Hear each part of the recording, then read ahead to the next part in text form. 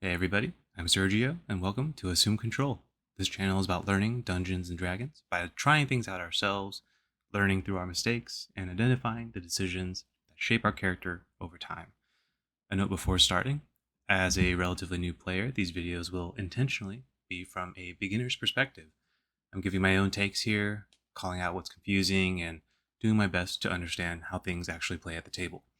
Today, we're going to be looking back at the Mystic Subclasses from the Unearthed Arcana in 2026. I did a review previously, and I wanted to go out and see what the more experienced players were thinking about when they took a look at these. I want to compare them to what I had initially thought and see where the gap may be coming from in terms of a beginner versus a more veteran player. So let's jump right in. Alright, so what are we doing in this video? For each of the four subclasses that were presented in the Unearthed Arcana, I'm going to review what my general opinion was when I first took a look. I'll go through some of the consolidated opinions that I saw online from more experienced creators on this platform.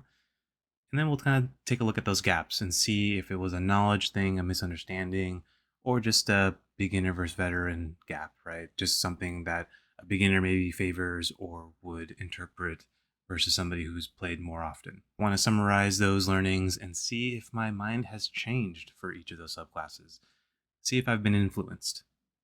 All right, jumping in with the monk subclass that was presented, Warrior of the Mystic Arts. As a reminder, this was a subclass that was given spellcasting and a few features built around that concept. So, looking back at my video and my thoughts on this, I wasn't initially super excited about it. It was kind of bland and obviously consisted mostly of those two features, getting spellcasting and point two here, the focus point and spell slot conversion. My gut instinct at the beginning was that most often you would be using your focus points to convert into spell slots rather than the other way around.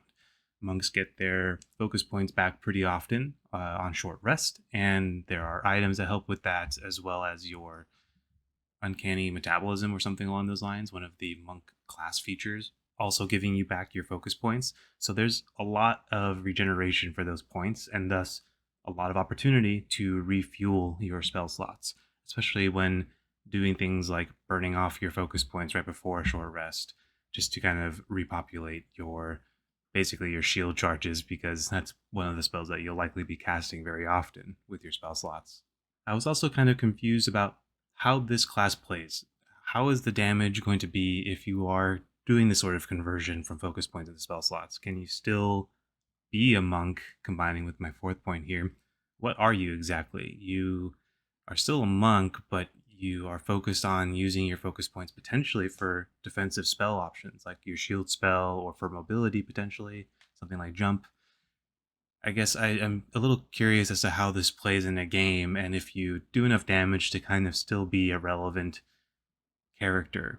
Do you still run around, hypermobile, and try to take out priority targets, or do you now stand more in front of your more squishy allies now that you have a little bit of tankiness from using something like Blade Ward in combination with your shield spell?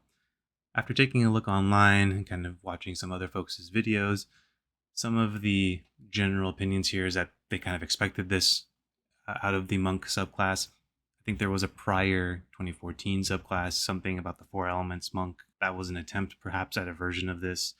Some people felt that the focus point into spell slots conversion feature was perhaps too strong and may incentivize certain gameplay loops. This is a strong multi-class option with flexible build paths. You can do this maybe perhaps a little bit easier than like a fighter with Eldritch Knight, just because intelligence isn't a stat you would normally take as a fighter, whereas wisdom's already something a monk is taking. And so you have a little bit of consolidation there if you were to multi-class into like cleric or something else using wisdom.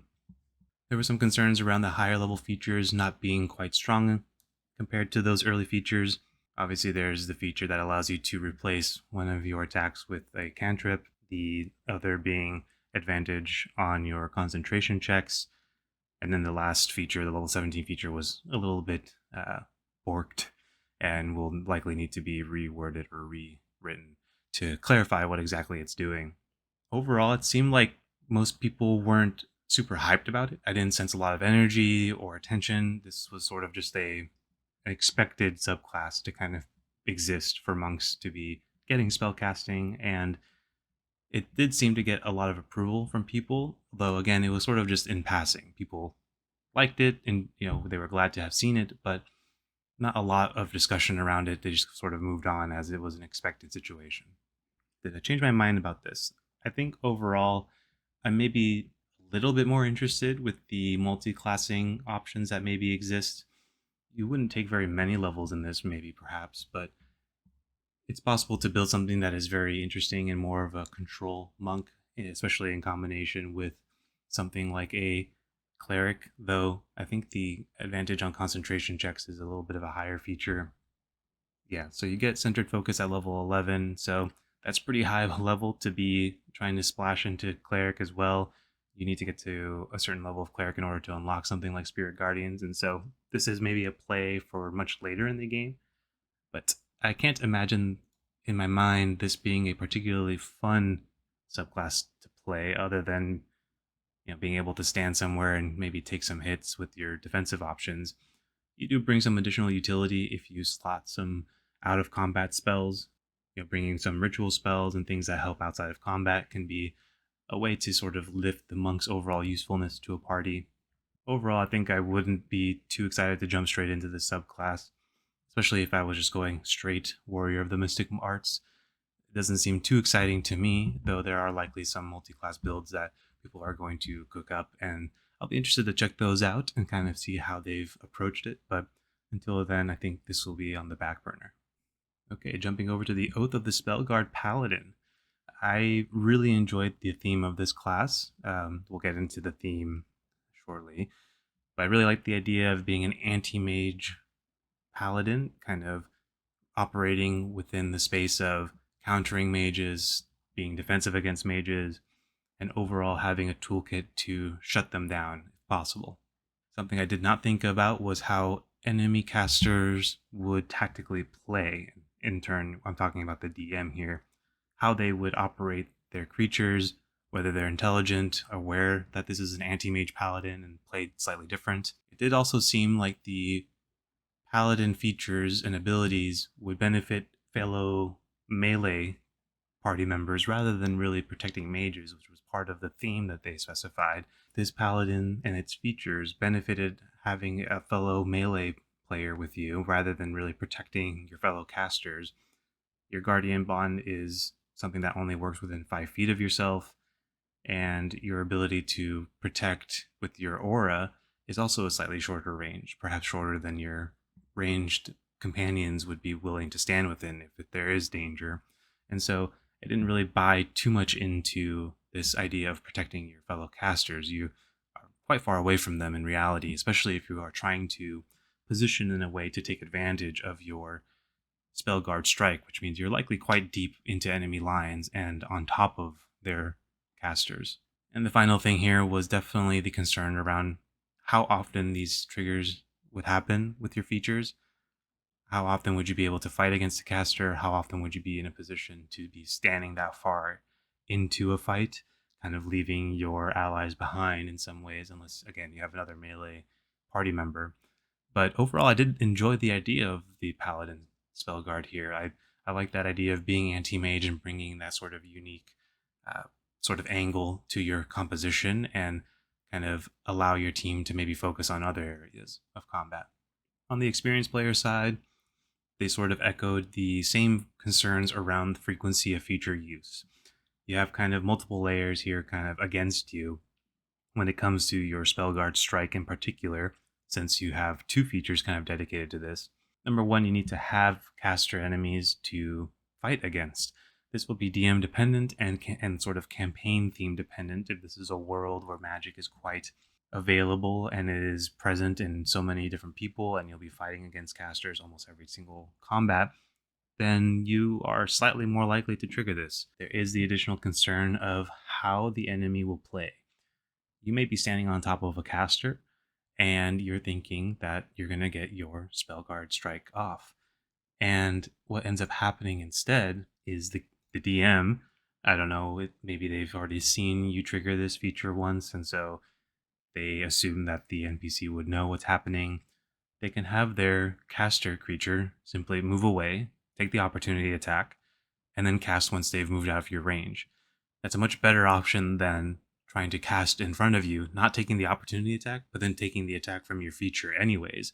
And later on, when you get the upgraded version, taking the counterspell as well. So there's also the idea that they could potentially just teleport away or have some other secondary movement to get away from you to not trigger your free reaction attack. There's likely a lot of ways to kind of get around this, and so there is some concern as to how often you'll actually benefit from your features. There was a lot of discussion around this disconnect between theme and mechanical design. This idea that you are anti mage, you are protecting mages that are on your side or that are good, but you tend to often work with other melees instead and kind of operate selfishly in some ways because your aura benefits yourself likely more than others. Casters are going to typically take Warcaster or Resilient or something to give them a better concentration check, anyways. And depending on the length of your aura, the space that it covers and how your allies tend to position, they may not benefit from your concentration advantage aura. So it is a little bit selfish for the paladin and maybe clashes a little bit with the theme. A really big one that was brought up over and over was this reaction congestion that's happening here. Your abilities, your features tend to sort of stack against each other. Your Guardian Bond, your ability to give AC to a creature, is a reaction. Your Spellguard Strike is also a reaction. And of course, your Shield spell, which you gain from your Spellguard spell list, that's also a reaction. And so you have a lot of things sort of stacked against each other, and it's nice to have options, definitely. But there was maybe some space here to design around that reaction congestion and allow for a more smooth gameplay experience, especially if the idea is that you're going to be using your features quite often in a campaign that made sense for that character to be selected. But it would have been nice to have seen maybe a little bit of streamlining here. I mentioned the campaign and enemy dependencies, seeing what the world is that is being built. I would not pick the subclass if you've not had a discussion with your DM in regards to what this world is like, what types of enemies you're likely to encounter. Broadly speaking, of course, not giving away too much detail, but you wouldn't pick this in the case of like a low magic world where you're mostly going to be fighting creatures with clubs and swords. There's also the concern about the enemy intelligence. The DM may play the creatures more smart or more dumb, depending on the world and the context. And depending on that, that can also fluctuate your ability to use your features. There was also some discussions that I didn't quite understand where people brought up how creatures are designed in 2024 versus prior versions. And this is definitely outside of my depth and something maybe I'll have to make a video about another time. But there's this idea about the types of spells that creatures get and maybe not actually using spell slots and rather using a charge or per day sort of system. And so that could also get around your ability to use features. And that's something I'll definitely have to look into. So, how do I feel about the spell guard paladin now? I definitely did not notice a lot of the more higher level concerns here. I still like the theme and I like the idea of having a subclass that is so focused on being anti-caster, and it's cool that there are subclasses that are potentially made that are a little bit more niche. That's fine. You don't always have to pick these subclasses. But I am concerned about that congestion at the reaction and the frequency that your features will actually get used. So I would like to see those things kind of get streamlined and maybe offer there to be a way to more guarantee your ability to get your spell guard strike off. There are ways to build around this with longer reached weapons or things along those lines, but of course, I would still like to see it on the actual design side. All right, moving to the Magic Stealer Rogue. There was a lot of discussion around this one as well as the Paladin. And when I originally read this, I really liked the idea. I have very limited experience with things like Rogue. I'm only in 2 campaigns, and so there's only so many classes that I've actually played.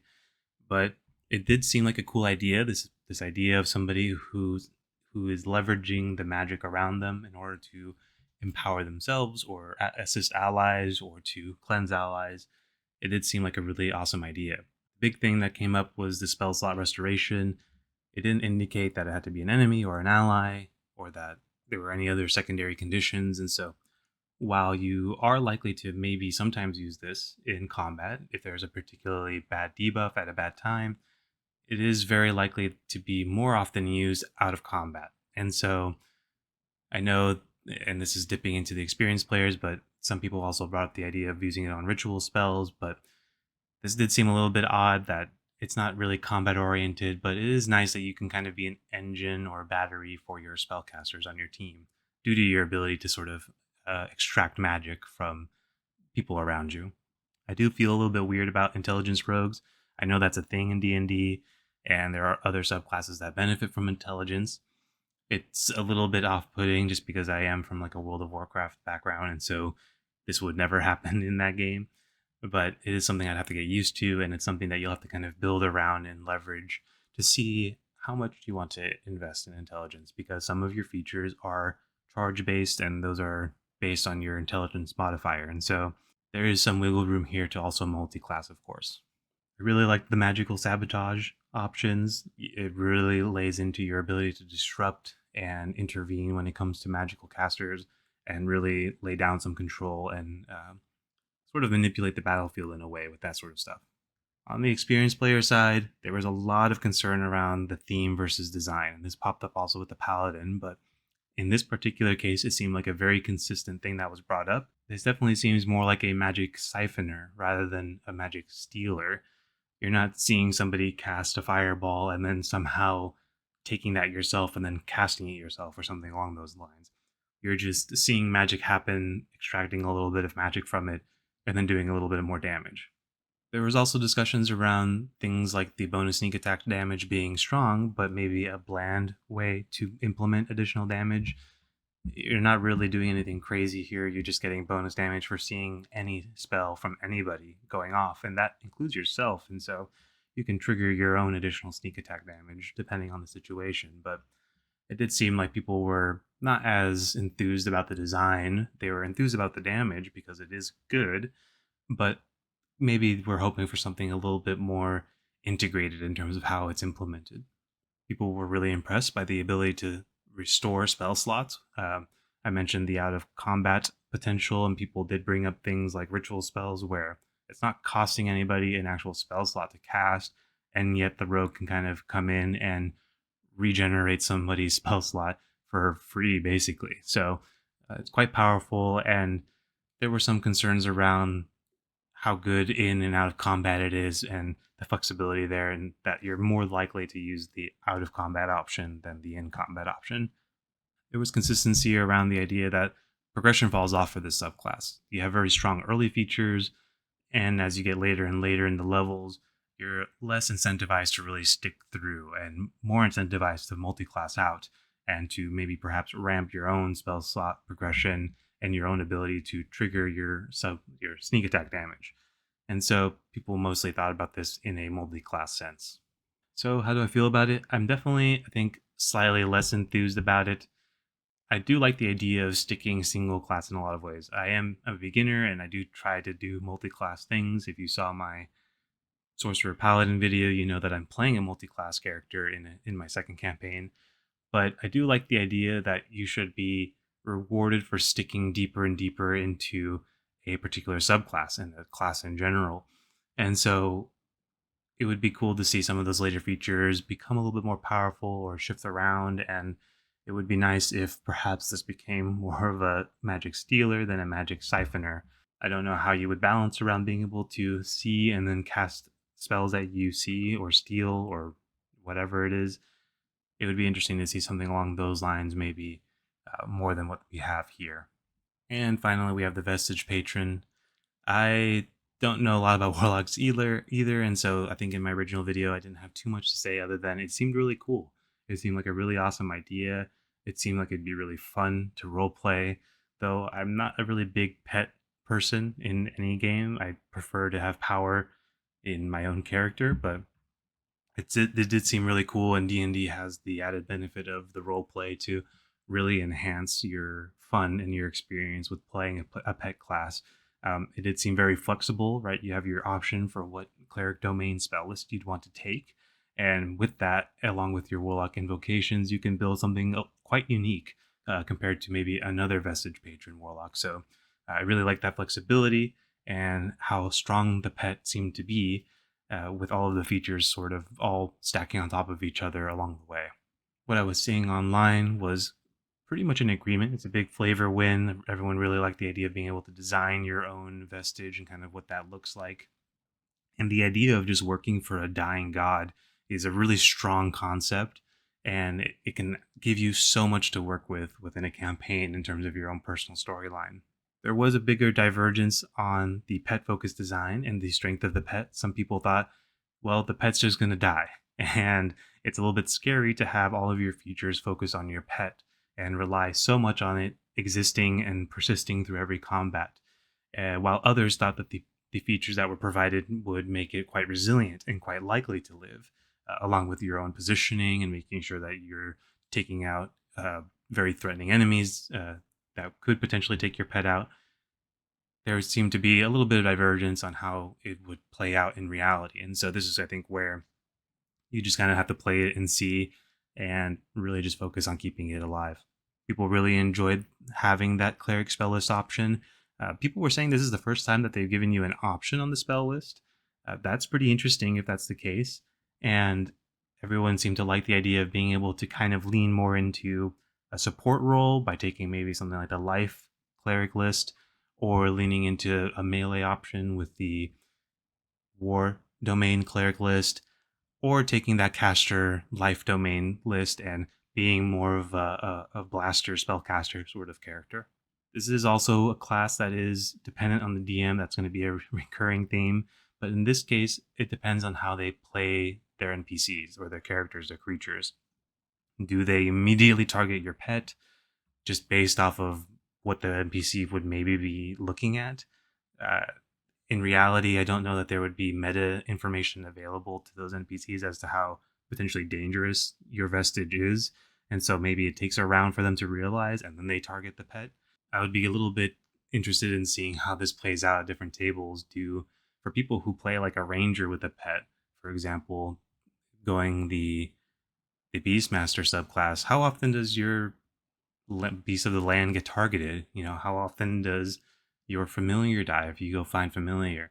I know that in my own experience, my DM will target it. If it's there, if it's in the front lines, it will get targeted and they'll take it out as soon as they can. But there is likely a difference between certain tables. Sometimes they just don't get targeted at all. And in this case, your vestige is very strong and so very likely to get targeted. And finally, there didn't seem to be a lot of concern or discussion around the balance of this particular subclass. People seem to be fine with kind of how it is, and it seemed to be overall accepted as it kind of was. There's maybe some bits and pieces for clarification in the wording regarding things like what happens with your sort of capstone ability, your ability to transform it into the the summon undead, celestial, and fiend. The level 14 features semblance of life.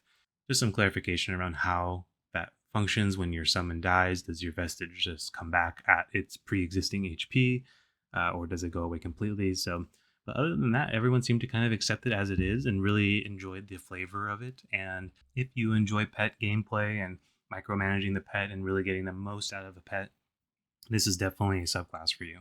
So, how do I feel now?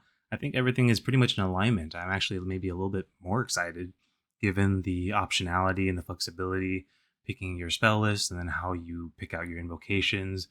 I think there's a lot to go on here, and it seems like a subclass that I would actually want to try out as a warlock. I don't know what the other subclasses are quite yet, so something I have to take a look at, but this seems like a pretty cool subclass to me. Quickly reviewing everything that we've gone through, kind of summarizing some of the main bullets. There definitely seem to be some high level concerns between the flavor intent, such as like the class name and the little flavor text that they give, and the mechanical design of the subclasses. There definitely seems to be a little bit of a disconnect there, and I'd be curious to know if that's just because of a balance thing, or I'm not sure if this is something where they've only very quickly created subclasses and put them out for testing. Not totally sure how these Unearthed Arcana subclasses function there. There was a lot of attention on the frequency of a feature use as a big factor for whether or not a subclass is powerful or playable, etc., etc. And so feature use is definitely something that I will be keeping an eye out even in my own builds and as I look at things. not getting maybe too starry-eyed about the power level or the assumed power level of a feature, but really thinking about the context and how often you would get to use something. These subclasses definitely have a lot of dependency on the campaign intent, right? What is the design of the campaign, the enemies, the world that you live in, and how the DM ends up playing enemies. These are definitely subclasses, and I believe I mentioned this pretty often, even when I was doing my initial review, that seemed very much something where you need to talk to your DM and understand the world and pitch the idea of playing something like these subclasses and make sure that they think that it fits and will actually have benefit. And the final thing here that came up repeatedly was this idea of power discrepancy between early features and then later level features. This is definitely interesting to me because I would think in my mind that you would want to promote the single class sort of build, really reward players for going deep into the tree for these classes and subclasses and not immediately dipping out, after 5 or 9 levels or something.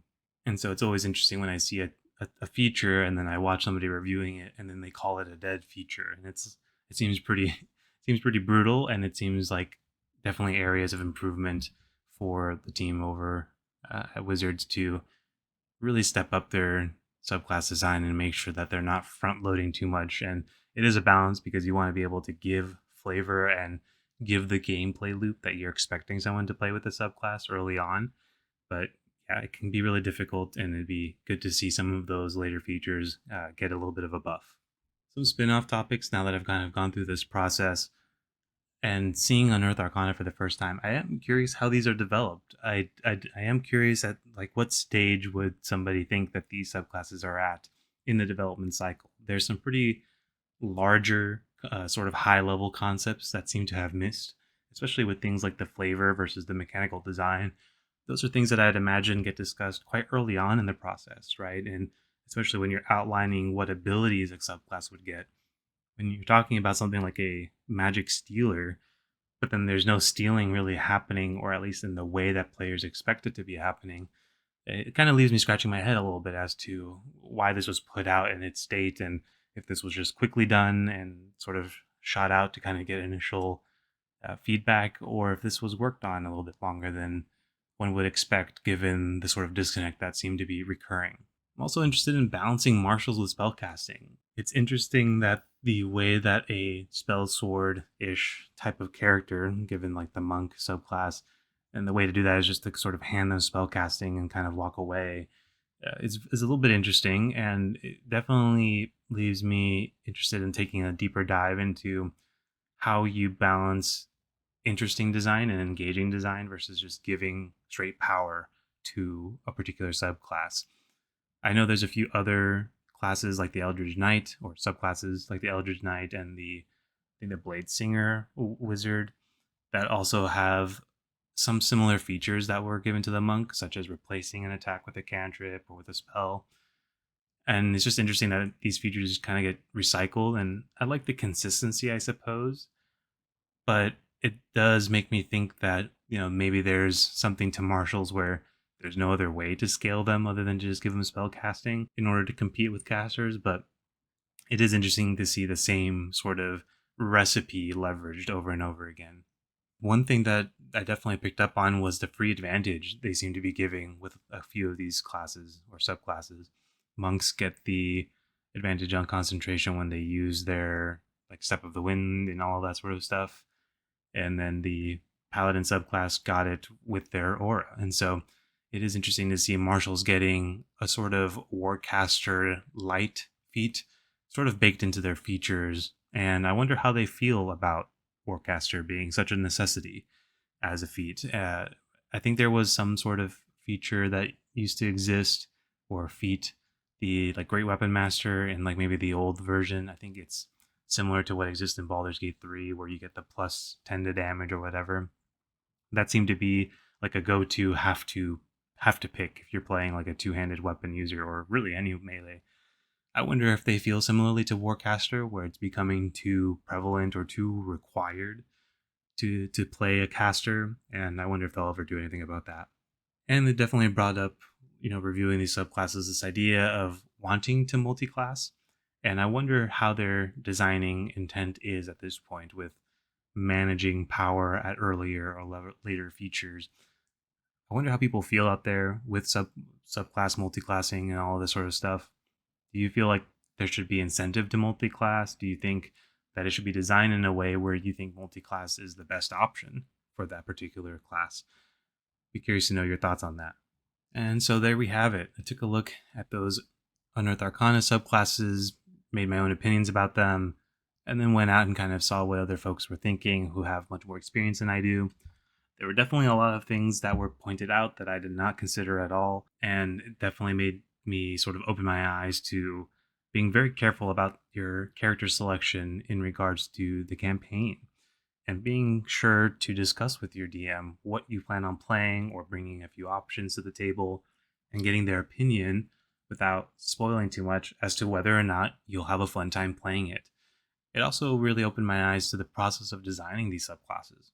There's a lot of really small decisions that end up playing out in a big way in terms of allowing you to use your features more often or frequently enough such that you feel like you are your subclass rather than having dead features that never activate.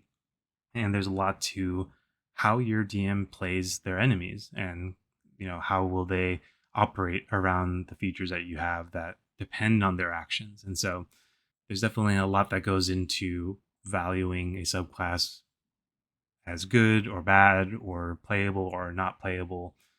I think overall, I'm still the most excited about the Paladin subclass and very context specific. But now I'm actually think I'd bump up the Warlock to number 2. I think I'd be very interested in trying out the Warlock and playing with the pet, even though I'm somebody who doesn't even like pet builds.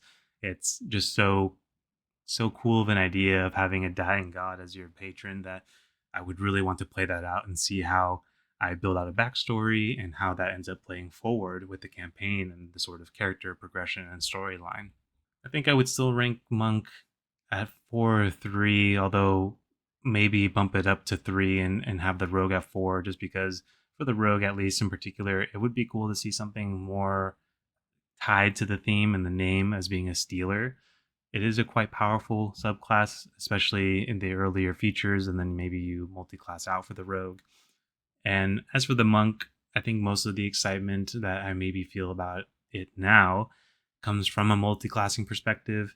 I still don't know how exactly you would be playing it out in game, and I'm curious as to how that balance feels between using your focus points to actually do damage or do your monk things versus using them to just have more spells, which you'll likely end up using for things like shield. And so that's where I landed with the Unearthed Arcana 2026 Mystic Subclasses from a beginner's perspective.